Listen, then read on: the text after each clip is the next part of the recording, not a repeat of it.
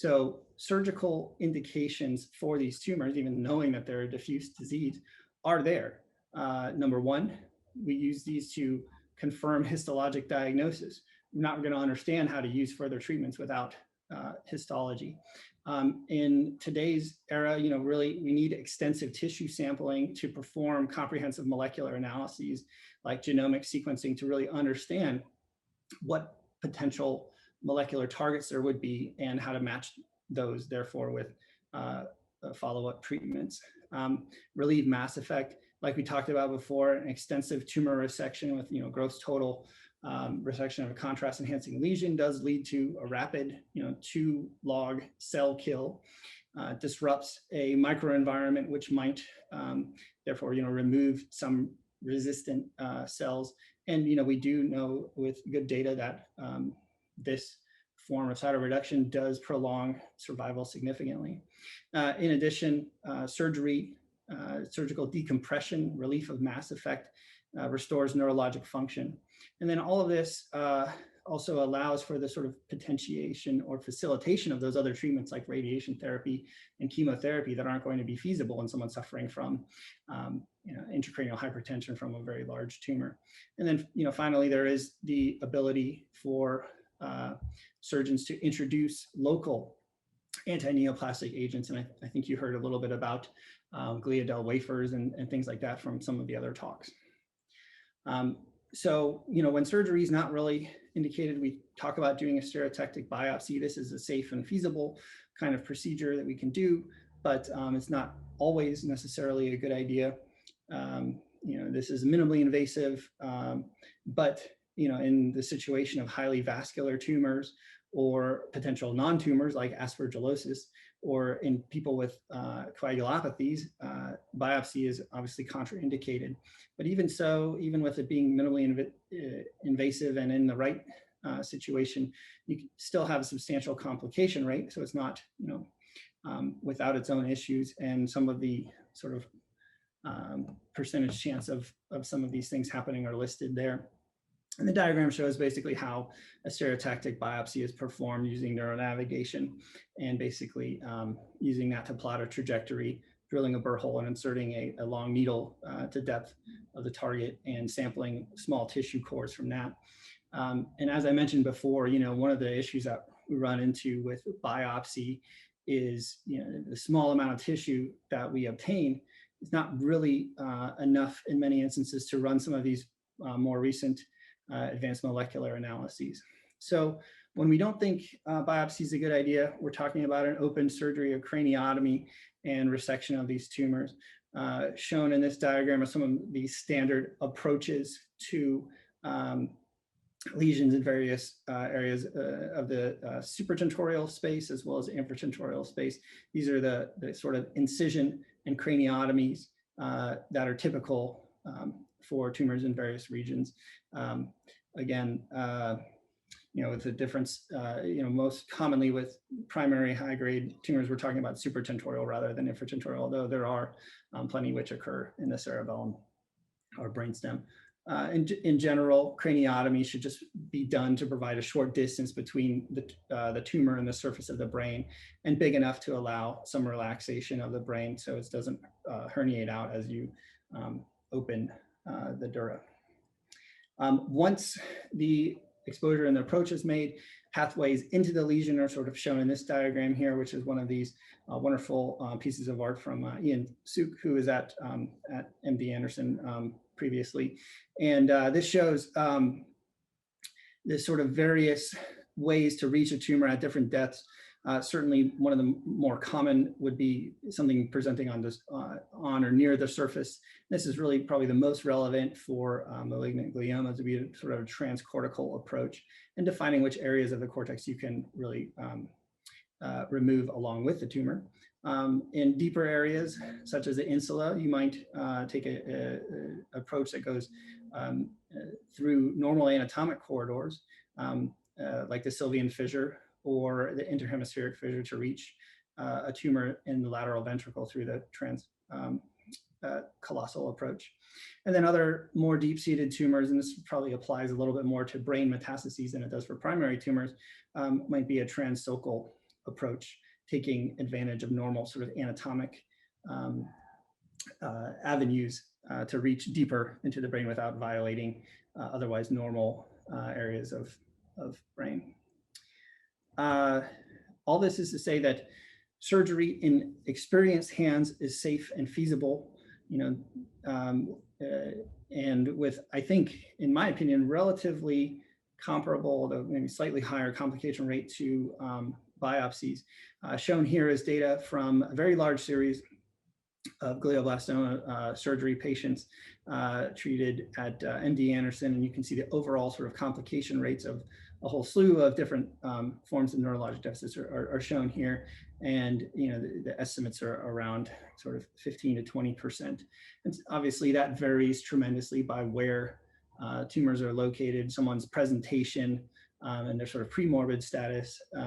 But all of this is to say that complications are at a sort of acceptable range, and especially operative mortality. Patients always go into this sort of brain surgery, or when someone proposes this, they think that there's a high likelihood of them dying on the table. It's actually extremely low, and that's even within the sort of 30-day mark. So I think it's a common sort of misunderstanding there.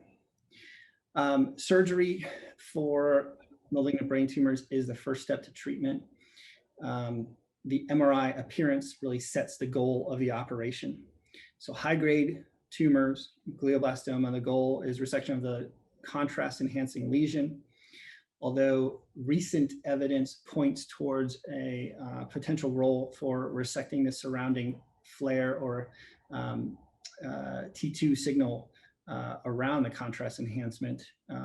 This is often referred to as the edema surrounding a tumor, but I think histopathology examination certainly yield that there can be high density of tumor cells in this region.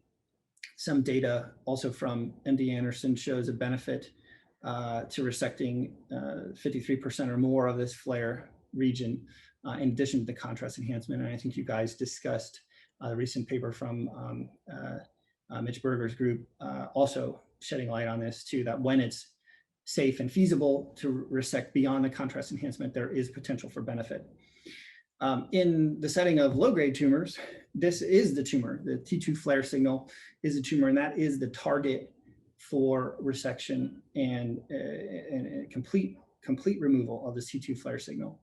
But with that, I would put out there that lots of studies are showing that advanced MRI techniques or different forms of PET can identify more potentially metabolically active areas of the tumor and might help guide which portions of large or multi-lobar tumors might make the most sense to target surgically. Why is all of this the goal? Well, we know from pretty extensive studies that extent of resection correlates with outcome. Gross total resection, when done safely, confers the highest benefit. And this is confirmed all the way up to sort of meta-analysis scales. Extent of resection has been studied, as mentioned here, pretty extensively in glioblastoma, and shown here is survival curve from that large case series that I mentioned from MD Anderson. This dates back to some earlier studies showing benefit of high rates of resection from this paper here from LaCroix in 2001, basically showing that a cutoff above more or less 95% of the tumor was necessary for conferring a survival benefit. More recent studies have been able to demonstrate that even less than a gross total resection is also beneficial. And this study from Sinai and Berger in 2011 showed that extent of resection really down to 78% or more was able to separate survival curves and show that there was a benefit to these sort of large, though not complete resections. This sort of is in contrast to the concept that we have of the angry or wounded glioma syndrome, which tends to occur when resections are less than 50%. That sort of this incomplete resection can cause in some circumstances sort of malignant cerebral edema, hemorrhage, and other complications can be associated with that. So that a resection in that sort of lower category could actually worsen someone's outcome in comparison to either no surgery or just a stereotactic biopsy.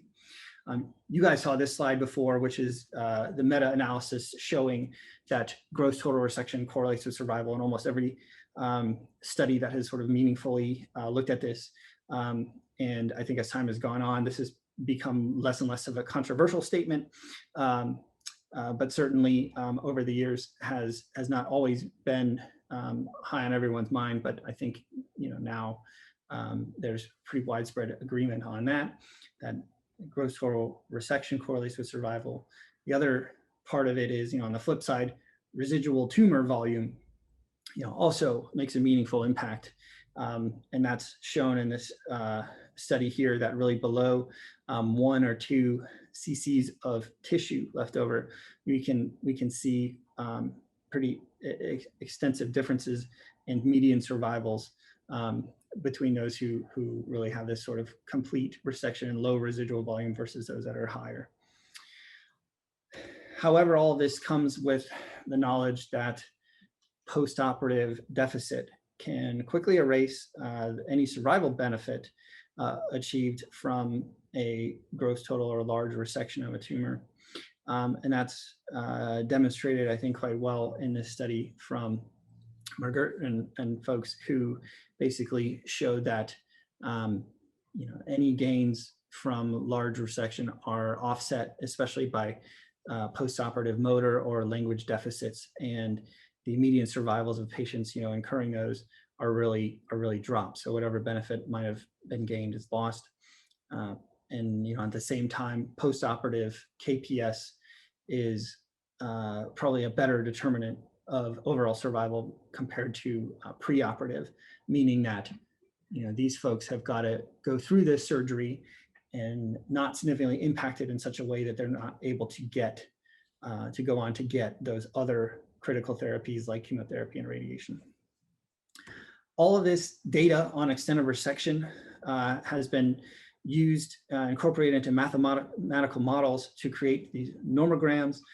This was from Nick Marco and company, who took data from several thousand patients and incorporated it into this model, where you can basically input patient's age, their extent of resection, their additional therapies like temozolomide and radiation, and you can get a sort of prediction of how they might do and how it might vary by the extent of resection in particular.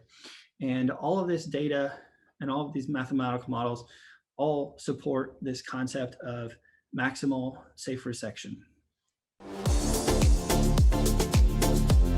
Hey everyone, Ryan Rad here from Neurosurgerytraining.org. If you like that video, subscribe and donate to keep our content available for medical students across the world.